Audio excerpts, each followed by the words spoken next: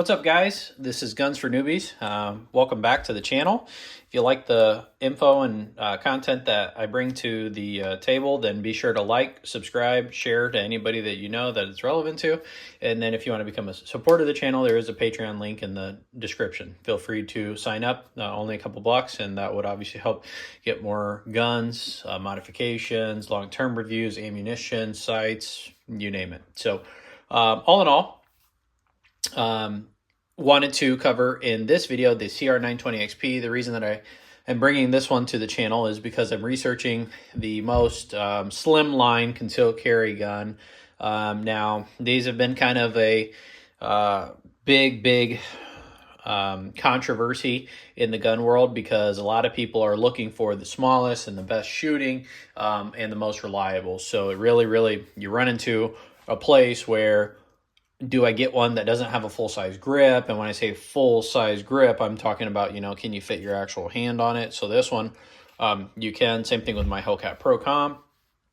And I really like that gun too. But today, out of every single pistol I've tested, this one's by far been my favorite. Now, this has been my favorite, and it has been a nightmare because, for a concealed carry gun, I believe that it should feed all ammo types. It feeds 124s, 147s flawlessly. This is the original recoil assembly here, and we'll dive into that here just a minute. But before, we'll kind of get into some size and stuff like that. So this is my Hellcat Pro next to it. And again, so just for size reference, you can see both back to back. This one goes to about where the comp starts. So as you can see that, so this one's just a hair longer. Now we're going to put this guy up because this one is not safety checked, because this is my actual carry gun as right now. And I will talk a little bit more about that guy in another video because I have been putting a lot more rounds through that.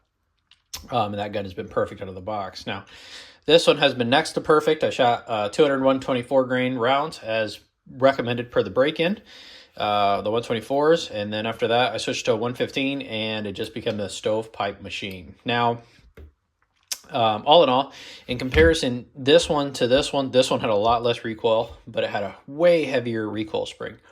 So a lot of times that just manages to dive the front of the gun when the recoil is returning, the spring is returning back to to close battery.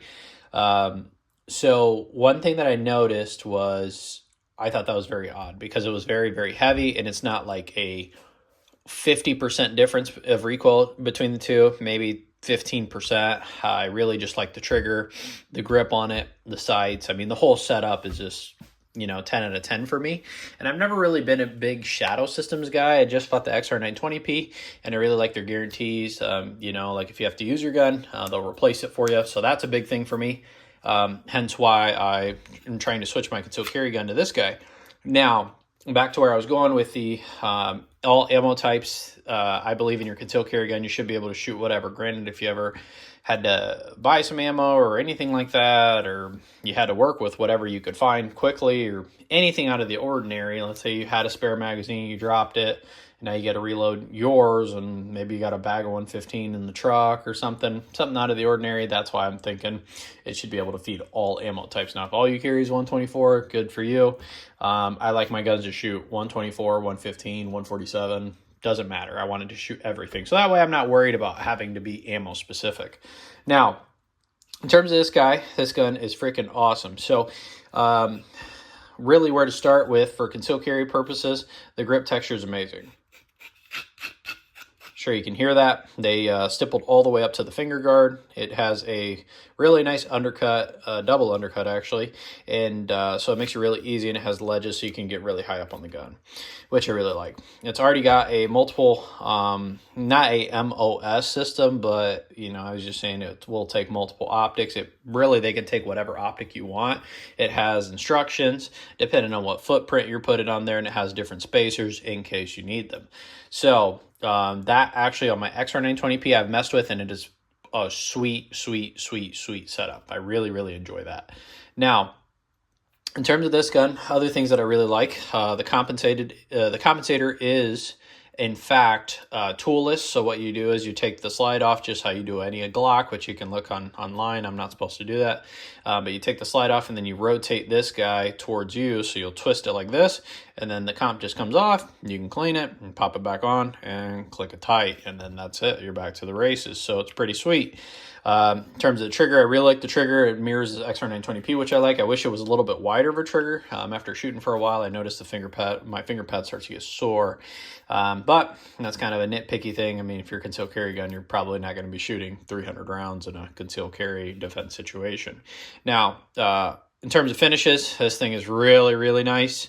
You can't really tell. It is drop safe. I have... banged it up against stuff, unloaded, not on purpose, just dropped it off, cleaning it and dropped the slide and stuff like that. And it's literally hasn't marked up at all.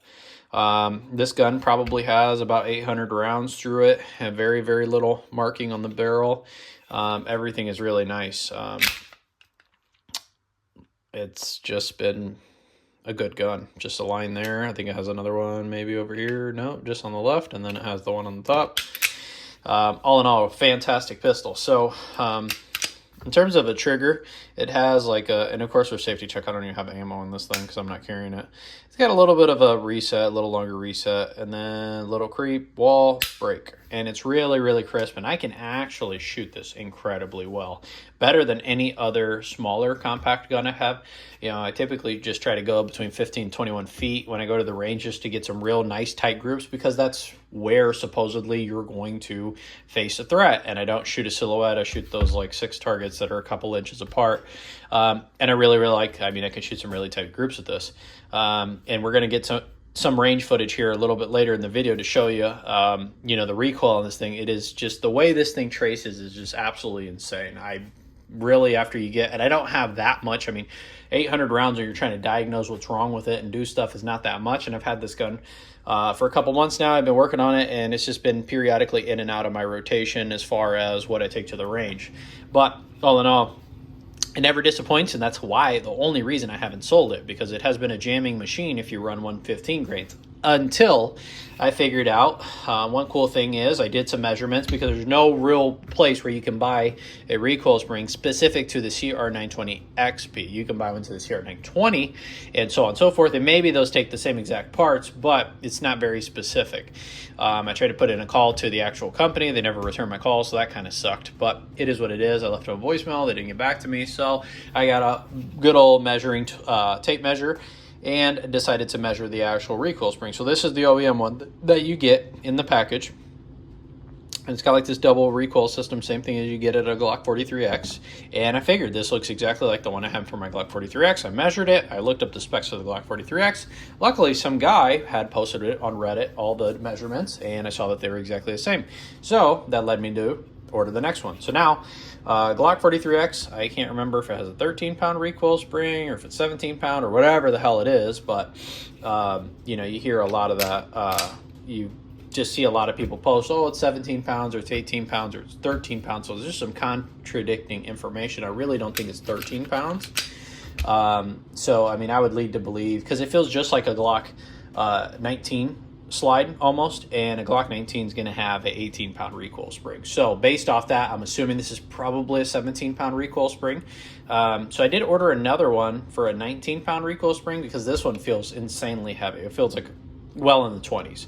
And because it was so heavy, with a 115 grain shot, it wasn't going all the way back to battery, and it was getting quite a bit of stovepipe. So I know I was calling them jam monster, but it really was failure to eject. So oftentimes it comes from the slide being too heavy. Now, I got the Glock 43X recoil spring and put that in here. So that's currently what's in here. And this one, you can see here, let me hold it up to the camera there, and you can see the end there. I believe it's all steel. I think it's all steel. Yep, steel rod inside there. Now the Glock 43X, can't really see it too well, but it is plastic.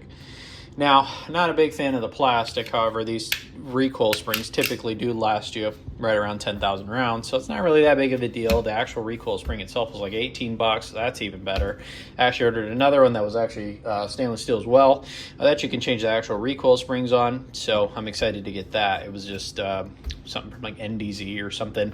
Never really ran one of those, so it's going to be a test. But I mean, all in all, once I switched that to this, I shot some 115 grains. It was insanely flat, even flatter than shooting the 124s with this guy. It was dramatically a huge difference. So we're going to get into that real quick. Let you guys be the judge of how flat you think this is, and keep in mind this is a concealed carry gun. I am not the most professional shooter. Like, I mean, if you look at like some of the bigger YouTubers that shoot a lot and have a lot of videos, and that they're shooting like these MP carry comps and stuff like that, and they have no recoil, and these Canics that have no recoil, that is not actually the case. These guns have actually quite a bit of recoil, even if they're comped. So what happens is these people are comping them, and they're adding these slide cuts, and they're removing material. As you can see here, it's a lot narrow up here. So I mean, they're making these guns incredibly light. Yeah, they have a comp, but they're trying to reduce weight in the slide, so that way the slide still, you know, moves back and forth. So the gun may feel like it's shooting softer, but you actually have, you know, you still have to have a tight grip. You still have to, you know, have all those same fundamentals to get the benefit out of the compensator. So we'll go to that, and then we'll come right back.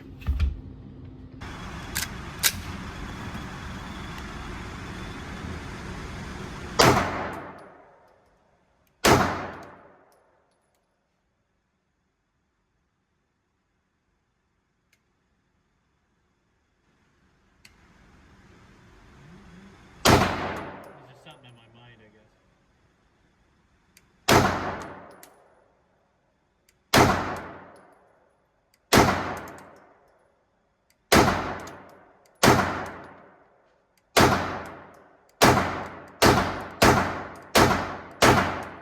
It was all in my head. I thought it was out of battery. It wasn't out of battery. I'll just do that top left once it's already got a shot.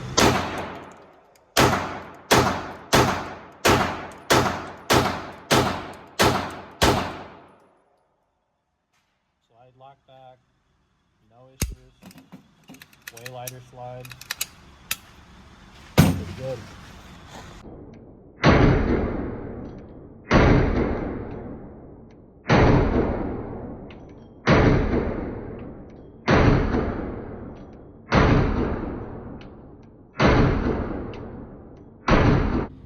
And now that you guys have seen that range footage, we're just gonna, you know, start to end up the video by, you know, with this setup, I only have probably 100 rounds through the actual Glock 43X recoil spring that I changed out. So we're gonna continue to monitor and see how this goes. I'm also at some point going to throw some heavier loads in there just to see if there's any issues with that, which really it shouldn't have anything at all. Usually if you can't feed the lighter loads, or, you know, if you can only feed the, you know, middle or higher loads, then you can, you know, and I know it's backwards. A lot of people say like, oh, well, it's hotter, this and that. I'm saying it's a heavier, lighter load because the actual load itself, the projectile's heavier or it's less. So if you're shooting 115 grain, I say it's a lighter load because physically that projectile weighs 115 grains. If you shoot a heavier load, aka a heavier projectile like 147, that projectile weighs 147 grains. It's not the amount of gunpowder or propellant that is coming out of the cartridge that they stack in the cartridge. A lot of people believe that. They think like, oh, this has more firepower because it has more grain. The grain does not have anything to do with, you know, amounts of you know, whatever's in the, you know, amount of propellant, right? So a lot of people think that, and, you know, a lot of people that do custom loads actually understand it, but, you know, just one of those things where not a lot of people who know what they're talking about typically tend to spread that on to other people. So, you know, now that we went through all that stuff, you guys saw the range footage. You guys let me know what you guys would like out of this. Now, this has been a fantastic gun. My concealed carry guns, I'm not really a big fan of optics because they typically have lower sights, and I mean with the smaller sights, you can really, you know, punch some really good groups. So I'm a big fan of that. And like on longer guns where you really can get the benefit out of lining up the sights and stuff like that, that's good too. But I've noticed the lower the sights are, the better you are with irons, like your actual skill set, the individual shooter, you can be a lot more accurate, especially at further ranges. Now the big, tall sights are typically good, you know, up close, but then you really start taking up a lot of your sight pictures. So for me, I'm not a big person on them. I like, you know, just like this. So that's a big plus. Now, in terms of, you know, other bonuses this thing has, it fits the Glock 48 footprint. So what I mean by that is this is a Glock 48 LAS holster with a TLR 7 sub. Fits perfectly. So I'm really happy with that. And this has probably been one of the sweetest holsters I've ever had. So it's up there, definitely. I love my T-Rex arms. Got a nice retention. The one thing that I'm not a big fan of is the way they did the wing. So it kind of jingles around and jangles, and I'm not really a big fan of that. But this, all in all, is a fantastic holster as well. The actual contouring and the way it fits in the waistline is near perfect. The other thing is you get some awesome customer care service with T-Rex arms. I mean, they're just a bunch of great guys over there. I emailed, one guy reached out to me, asked me what holster I had, sent it to him. He sent it off to somebody else. The next guy responded with, hey, what's your, said moved, and they sent me, hey, what's your updated address? We saw there's a couple addresses for your holster changes, and so we just want to make sure you get this. So I sent it to them, and they sent me literally a pack, and it had literally, just assortment of holsters, attachments, things like that. And so I have had really good experience with T-Rex. Now, last but not least, final beware. This is a company that you can easily see there from the logo. If you Google it, I'm sure you'll find it. This has been the worst holster I've ever owned. So it had some other screws, and actually these are stripped. So I was trying to move these because I had the two tack clips, and that's how I like to carry my guns. And I was trying to move them, and actually the tack clips were just, you know, the actual adjustments here, these guys, the screws and the locking nuts, I mean, they were just horrible. They ended up breaking. And this is kind of the final configuration that I had after the tack clips weren't working, and I couldn't get anything to be held in right, and I couldn't adjust them because they were just all over the place. I mean, it literally was just the biggest waste of money I've ever had. So beware. I do not recommend these guys. I actually was just going to throw it away, but I figured I'd show it in the video. So in case you're watching it, you can appreciate that. Do yourself a favor. On sale, I paid less for this, and it's 20 times the holster that one is. And I've made already several adjustments. None of my screws are stripped. They all come out nice and easy, and that's how a holster should be. Same thing with these guys. So, I mean, I've actually messed with this holster so many times. Haven't had any single issues with it. Even changed out the wing several times, like, you know, taking this off completely. No issues of any single kind. So, all in all, hope you guys enjoyed the video, and stay tuned. We have another video that's going to come up this week, just because I have not been making a lot of content with the move and everything else I've had in my life. It's going to be the new gun that we bring to the channel, and if you saw my post earlier, you'll know what that is. So thanks so much. Remember to like and subscribe, and catch you next time.